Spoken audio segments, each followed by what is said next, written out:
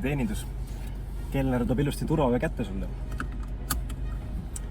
2013 aastal tuli välja S-klass indeksiga 2V222.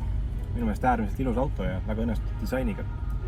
Aasta hiljem ehk 2014 sai S-klass endale pisikese venna või õe, või kuidas iganes seda kutsuda, aga C-klassi, mis oma välimuselt on küllaltki S-i sarnane, ehk kutsutaksegi pisi S-iks teda. Ja minu arust selle C-klassi proportsioonid on äärmiselt hästi õnnestunud. Ta on ilus auto. Algselt tuli ta sedaanina ja universaalina, hiljem lisandus kupee ja üle pikka aja sellises väikses kompakt segmendis sai Mercedes endale ka kabrioleti. Ehk 2016 aastal tuli C kabriolett. Viimati neil oli selline kompakt kabrio äkki aastast 1955, aga igatahes see oli selline oodatud asi. Ja mind täitsa huvitab, et kuidas selline auto toimib kas ainsana või pereautona. Ja selleks ma käisin oma lastel Hiiumaal järgi, ehk siis panin terve pere siia autosse. Sinna minnes oli selline hea Eesti ilm, loomulikult oli pilves, jahe, 18-19 kraadi. Terve tee Tallinnast Rohukülani sai sõita katus maas, 3 korda tuli vihma. Aga tuulega läheb see vesi siit üle pea, nii et sees on väga mõnus ja hea olla. Ja kõige tipuks siin on üks hea nupp, et vajutad seda ja siis hakkab siia kaela peale sooja õhku puhkuma.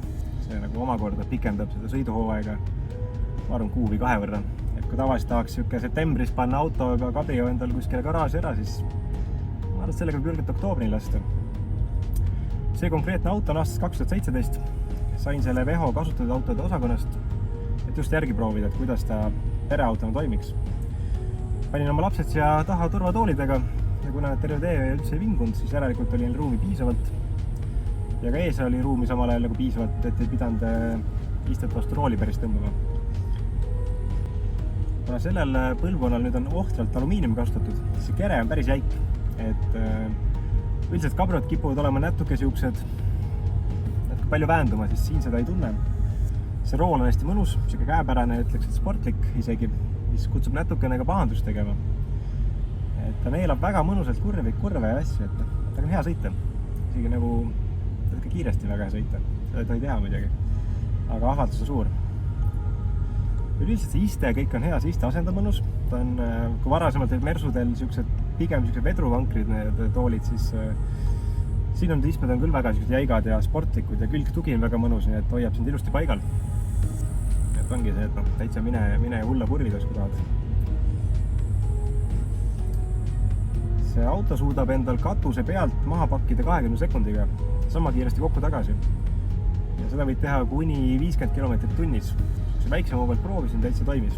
50-ga igaks juhuks ei hakanud riskima, aga peaks olema täitsa võimalik. Konkreetne auto on veel värvi poolest on Diamond White, selline huvitav metallik, mis hästi mõnusalt sädeleb päikse käes. Ja loomulikult see punane Bordeaux tooni sisu, et see on ikkagi väga, väga seksikas, et mulle see kombinatsioon väga meeldib. Just see sisu on äge. Ja kui keegi räägib, et kabriolett on Eesti kliimas mõttetu, siis ma arvan, et ta lihtsalt ei tea, millest ta räägib. Või pole kunagi proovinud sõita mõne lahtise autoga. See on selline teistsugune nauding või vabadus. Selline värske õhk, kõik see tuul käib läbi. Just kuna katust ei ole peal, see on just nagu piiranguid oleks vähem see elus. Väga soovitan. Vähemalt peres üks auto peaks olema kabriolett. Võib-olla siin 2 tükki. Ja veel parem.